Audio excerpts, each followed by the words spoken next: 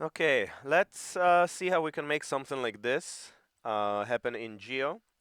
I'll be making it inside of Maya, and then we can bring it into ZBrush, apply some polygroups, and then be able to make some adjustments specifically to certain areas in case we want to inflate or deflate or whatever we want to do. We can make this happen here quite easily. So let's jump into Maya and start from scratch. I'm going to create a curve. Now, if I go into my curve tools, CV curve, I set it on linear and I hold X and I snap it to the grid.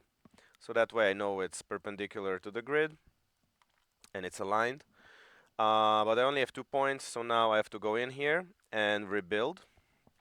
Now I'm going to rebuild it, and I think I'm gonna keep it as cubic. Well, actually, no, I'll keep it as linear, and I'll give it 22 points. So now we get something like this. And next I'm gonna go into curves and curl. Let's dog this guy. And let's go and curl it a little bit. Go into settings, and we can kind of decide here, okay, like how much do I want it to curl? So let's do like 7, 8, for example. We get something like this. So we get 1, 2, 3. Now let's do a different amount, maybe 8. And let's curl it a little bit more. Let's do like 7. We get something like this. So let's try a bit more. There we go. We get like 3 bumps, which is what I want. Now I'll erase here these extra pieces. Yeah, erase these. And then basically I'll go from the front or from the right and duplicate and move it so we have a nice interweaving, and then pull it to the side. So now we have 2 curves. We can now duplicate and move, and duplicate and move, duplicate and move, and we can keep doing this until we get the length of a shoe. So let's do maybe something like this.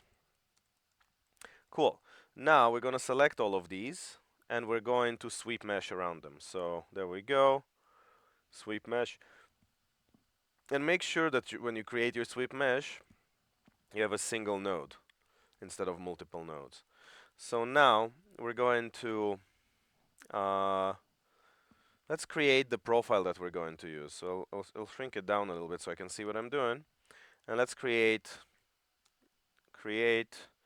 NURBS circle. There it is. I'm going to move it out of the way so I can see it. And then I'm going to duplicate it and create another NURBS circle. I'm going to select the 2 exterior points and just squish them a little bit until I get something like this. Now I'm going to go back into my sweep mesh, and I'm going to use a custom profile. So now instead of a single line, I have a double line for each one of these, you see? And then if I twist it, but if I twist it a lot, that's maybe too much, but let's increase the precision and see what we get. So what do I get here? I get a nice looking rope, you see? So yeah, there we go. So next, what I'm going to do, I'm going to run a custom script that I'll share with you just to randomize it a little bit. Like we could randomize it by hand for sure, but I want to randomize it in one click.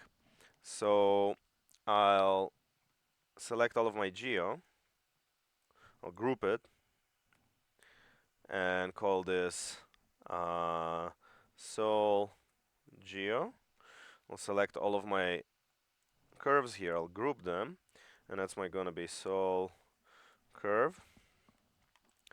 And then let's hide the geo, look at the curve. These profiles can come out.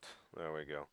And then I'm gonna select component mode and just select all of my components and run a script. Now here we have to adjust the numbers, so what we get actually affects the curves enough to deform them in a visible way. So I'm going to run this, and there we go. I kind of like what I see, I think. Let's see the geometry come back. And there we go. We're starting to see something a bit more interesting when it comes to the soul. You see we have a bit more of a... Let's actually undo this. Bring this back. Select the curves again. Select the components. Run the script. And there we go. You can see the difference, right? Much more interesting. And then we can also, like, if I want y to be set to 0, I can set it to 0 here. And then run the script again, and you'll see it will move it in these directions. Every time I run it, it will move it a little bit more. So I don't want it to be too messy, so I'll go one back. I think this is more than enough for me right now. Okay, cool. So my geo is done for the interior. So I'll just duplicate it and combine. So now it's baked down basically, right? And now what I want to do is I want to apply a deformer. I'll use a lattice in this case. Now let's change some settings for the lattice. So this would be 2. This would be, let's do 12 by 7, let's say, or even 6. So what does this give me? Well, basically this means that now I can shrink and move it in like this. Now here I can move this one in, and then here definitely I want to shrink and move these guys in. You see I get something like this. Then here I might want to pull these out. Pull this in. There we go, I get something like this. So once I select it, I kill history. Now I'm left with this. Now I want to select my open edges. To edge perimeter. And I'll scale them down and shrink them a little bit. That way. And then here maybe I'll just get them a bit closer to each other.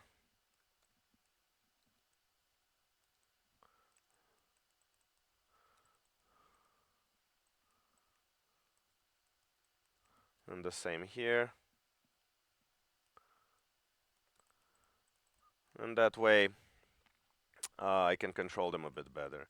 And of course I can also use maybe like the skull brush, fall off type on volume, and then I can make a slight extra adjustment here just to make sure that everything is as I want it to be.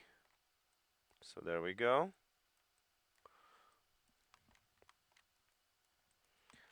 Something like this. It has to be big enough so we don't stretch individual strands too much.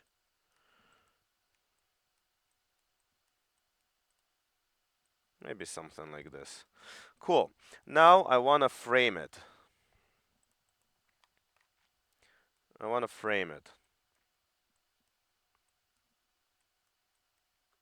There we go. That's nice. So in order to frame it, I'm going to go to the top view. And then I'm going to draw either manually. So I can create manually like this. Curve tools and just start creating my point after point after point. Like this. Or I can use the pencil tool. So create, curve, pencil, and then I can draw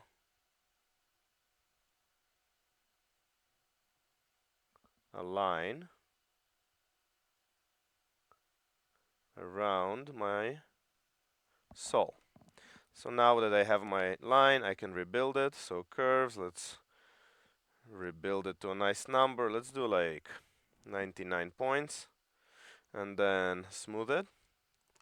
So it's nice and smooth, and also like move these end and beginning points, so they meet at the same time. So actually, I most probably would wanna get even more points. Let's do like even more points, because what I wanna do next, after I align all of my silhouette kind of a little bit better together here, kind of like that, is I wanna go to my curl, and then set the appropriate amount and the appropriate so frequency and amount, right? So what if I do something like this? You see I don't have enough points, so I'm gonna rebuild and then gonna go maybe 300 and make it cubic, so that will make it softer.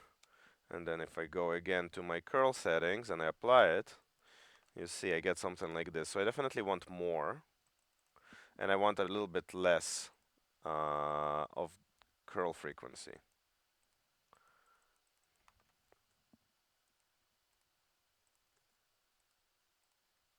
Maybe something like this.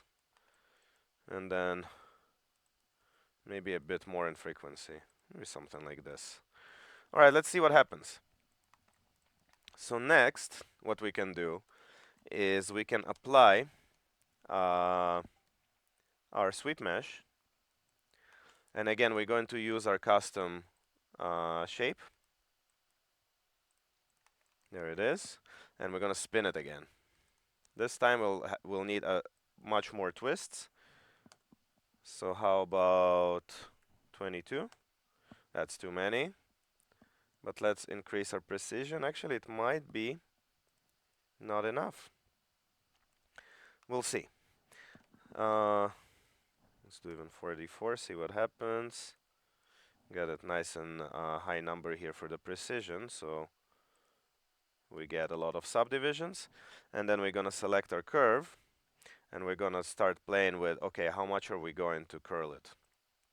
So we curl it like this. You see the amount is a little bit too much. So let's lower the amount. I still think it's a little bit too much, but let's start playing with this a little bit. So we definitely need a little bit less thickness, a little bit less amount, a bit more amount.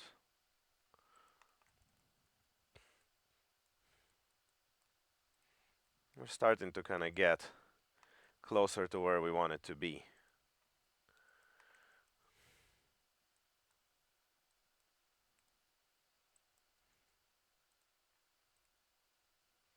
And then let's do the twist a bit higher.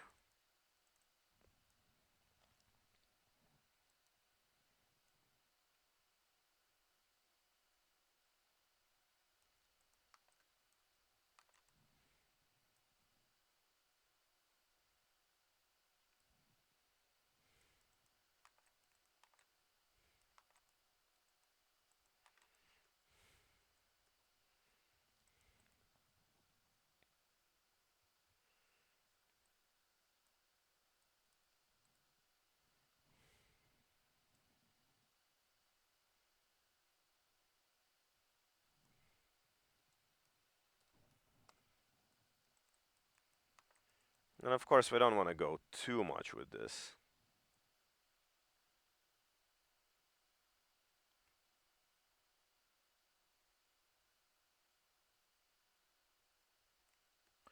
I think something like this. And then we can maybe increase slightly the scale profile. Then we get in something like this. And then here we might have to come in and inflate a little bit, right? So there we go. We have something that now we can take this geometry and this geometry, combine them, send them to ZBrush,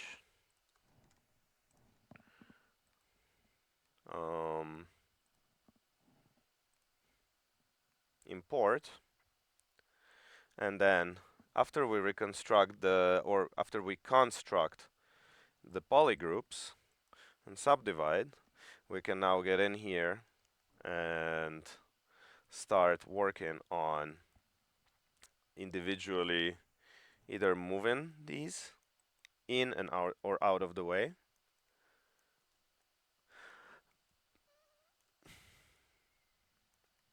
Or perhaps we can inflate them a little.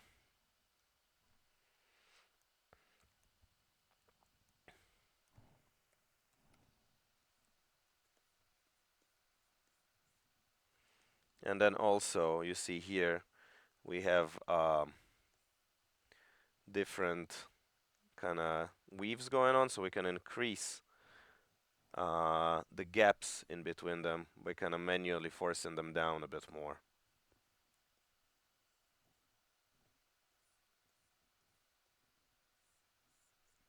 And we get something more like this.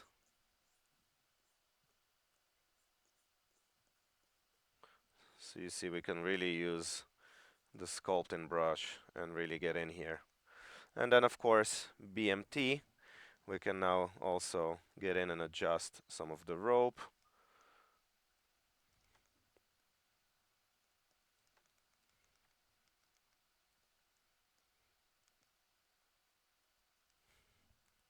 And make it work a bit better.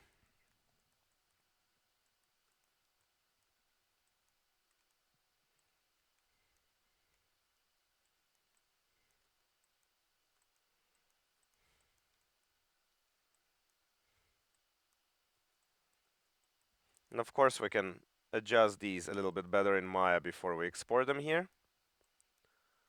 But as you can see, this is fairly simple in this kind of way, and we get a very, very complex result. Then later we can bake onto a fairly simple geometry.